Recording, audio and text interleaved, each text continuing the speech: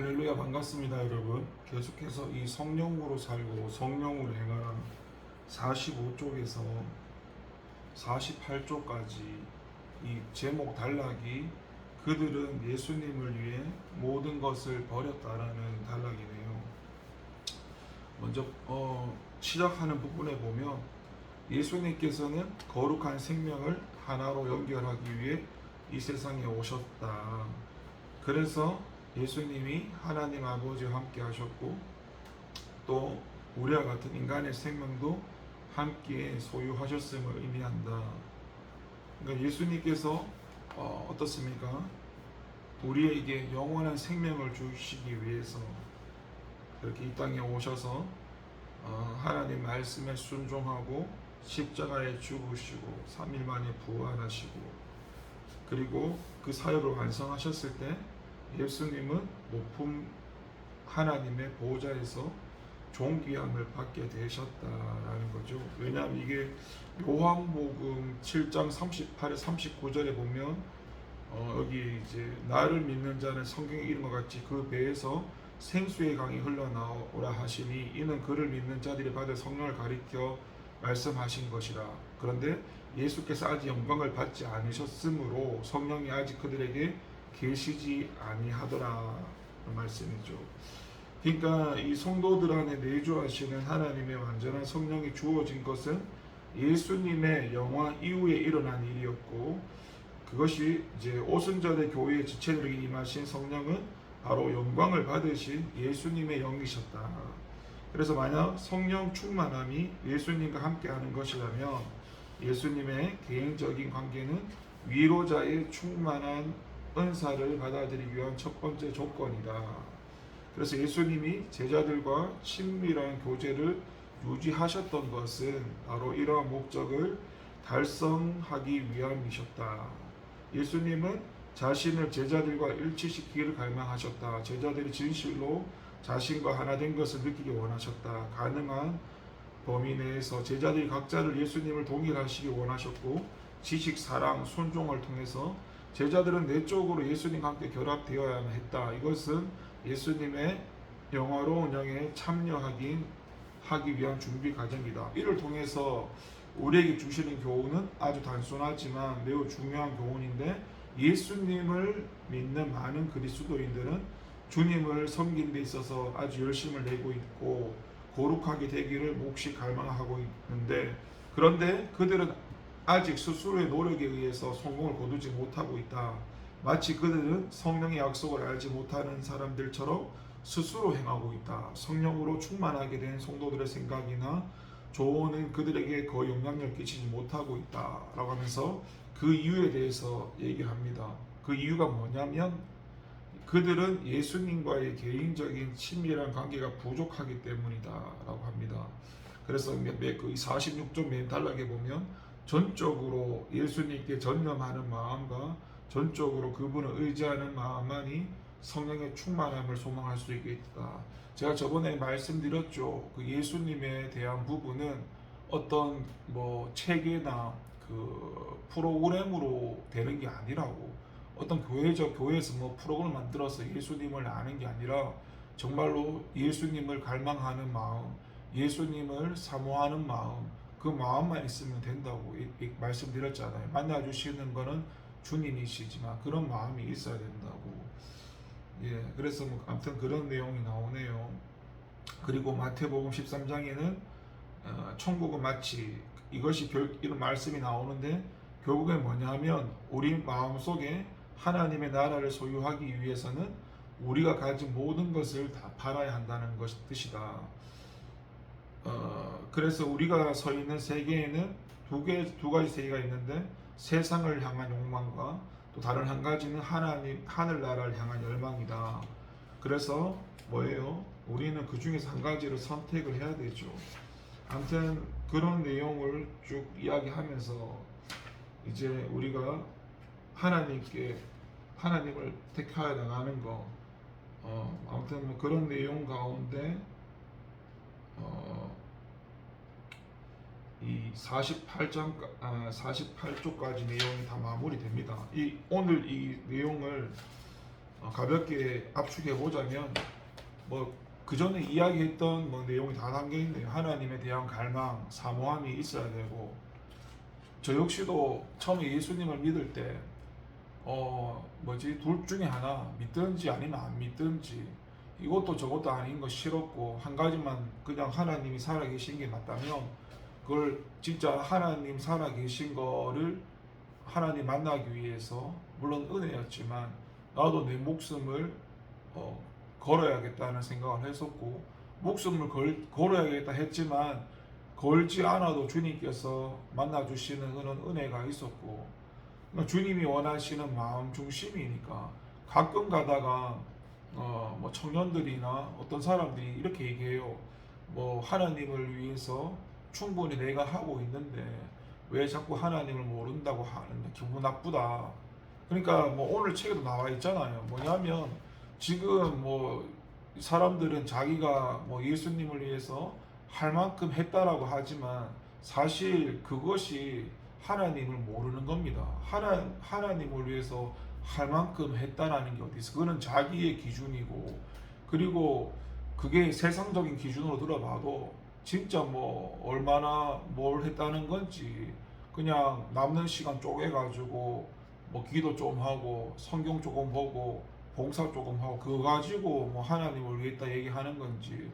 근데 진짜 주님께서는 우리의 마음 중심을 봅니다. 우리가 그러니까 쉽게 예를 들어서 창세기에서 보면은 가인과 아벨이 똑같이 주님께 예배를 제사를 드리지만은 뭐예요? 하나님은 아벨의 제사만 받았잖아요. 그 왜 그럴까요? 근데 가인은 기분 나쁘다고 하잖아요. 근데 하나님께서 죄를 다스리려 하잖아요. 왜 그럴까요? 그 겉으로 형식과 예배를 드리지만 그 마음 중심의 삶 가운데는 하나님이 없기 때문입니다. 그러니까 우리가 예수님을 안다는 것이 뭡니까? 예수님을 안다는 건 하나님이 무슨 생각을 하시는지, 하나님이 어디를 바라보고 계시는지, 하나님이 어떤 마음을 갖고 계시는지, 하나님이 어떤 뜻을 가지고 계신지, 하나님의 계획과 섭리와 목적과 뜻과 어떤 마음과 이런 거를 가지고 우리가 예수님을 안다라고 하는 거지. 우리가 뭐 조금 뭐 봉사하고 기도 좀 하고 성경 좀 보는 거 가지고 마치 예수님을 다 아는 것처럼 말을 하는데, 우리가 예전에도 누누이 말했지만은 그 하나님을 아는 방법은 하나밖에 없어요. 뭐냐면 하나님으로 살아야 됩니다. 그러니까 하나님으로 살려면은 하나님이 주인된 삶을 살아야 하나님을 사는 거죠. 내가 사는 게 아니라 하나님이 살아야 된다고요. 근데 이런 거를 그냥 이성적으로 지식적으로 아는 사람은 이게 무슨 말인지 몰라요. 이 말이 뭔 말인지를 모른다니까요. 그러니까 가르치는 게 지식적으로 내가, 그러니까 하나님으로 산다는 게 우리가 그걸 안 살아보면은 가르칠 수가 없어요. 제가 심령성전이 하나님 다 은혜지만 만드시기까지 첫 번째 단계가 뭐예요? 본능이잖아요. 처음 얘기했던 본능, 내가 주인. 본능은 뭐 거듭난 사람일 수도 있고 거듭나지 않은 사람일 수도 있고, 보통 대체적으로 본능을 사는 사람은 육의 사람, 거듭나지 않은 사람이 거의 다 본능으로 살죠. 본능은 뭐예요? 본능은 성욕, 그 다음에 이거 식욕, 그 다음에 그 명예욕, 이런 3대적인 욕구를 추구하면서 마치 동물처럼 삶을 살아가든지, 조금 더 잘나봐야 도덕 윤리적으로 살아가는 거, 이게 본능의 삶이거든요. 이게 육의 사람들의 모습이라고. 물론 그 가운데 하나님의 생명이 있는 사람도 있겠죠. 그건 하나님만 아시니까. 대체적으로 본능으로 사는 사람은 육의 사람이 확률이 높죠. 그런 사람이 거듭났을 때 두 번째 단계, 기독교 윤리 단계 얘기했잖아요. 그 단계에서 이제 육의 사람이 육신의 사람, 육의 사람은 거듭나지 않고 육신의 사람으로 거듭나서 이제 뭐예요? 하나님의 생명이 있고 이제 하나님의 사랑, 하나님의 은혜, 이런 걸 많이 듣고 나름대로 교회를 열심히 하지만 여전히 그 사람의 삶의 주인은 자신이고, 그러니까 하나님이 그 사람을 위해서 이렇게 다스리고 이끌어가는 게 아니라 내가 주인이 되어서 하나님께 기도하고 하나님을 수동을 여기고 하나님을 끌어와서 주님을 얘기하지만 내 목적을 이루기 위해서 사는 삶, 그게 기독교 윤리 단계를 했죠. 거기서 이제 뭐예요? 진리 단계. 진리 단계는 하나님이 주인 되시는 단계예요. 여기는 내 열심이나 뭐 그런 걸 가지고 있는 게 아니라 주인이 바뀌는 거예요. 그러니까 하나님이 주인 되셔서 진리와 생명 가운데 나가는 거지요. 그리고 그 진리 생명 가운데 주인이 바뀐 상태에서 진리를 쫓아갈 때, 그 진리를 따라갈 때, 진리에 순종해 갈 때, 하나님 말씀에 순종해 갈 때, 그게 바로 네 번째 생명 단계가 된다. 그래서 그 생명 단계가 풍성해지는 거, 그게 결국엔 하나님이 심령 성전으로 만드신다. 그래서 그 심령 성전이 신앙의 시작이고 신앙의 출발이었다 말씀드렸잖아요. 그리고 그 시장부터 그 심령 성전이 시작이고 이제 그리스도의 장성한 분량까지 자라야 된다고 말씀드렸잖아요. 그런 단계를 보면은 결국에는 우리는 뭐예요? 끊임없이 나가야 됩니다. 하나님께서 뭐 모세를 통해서 이스라엘 백성을 애굽에서 출애굽시켜서 광야로 또 인도하셨지만은 전적으로 홍해를 건너게 하셨지만 또 거기까지 전적인 은혜인데 또 요단강을 건너는 것은 뭐예요?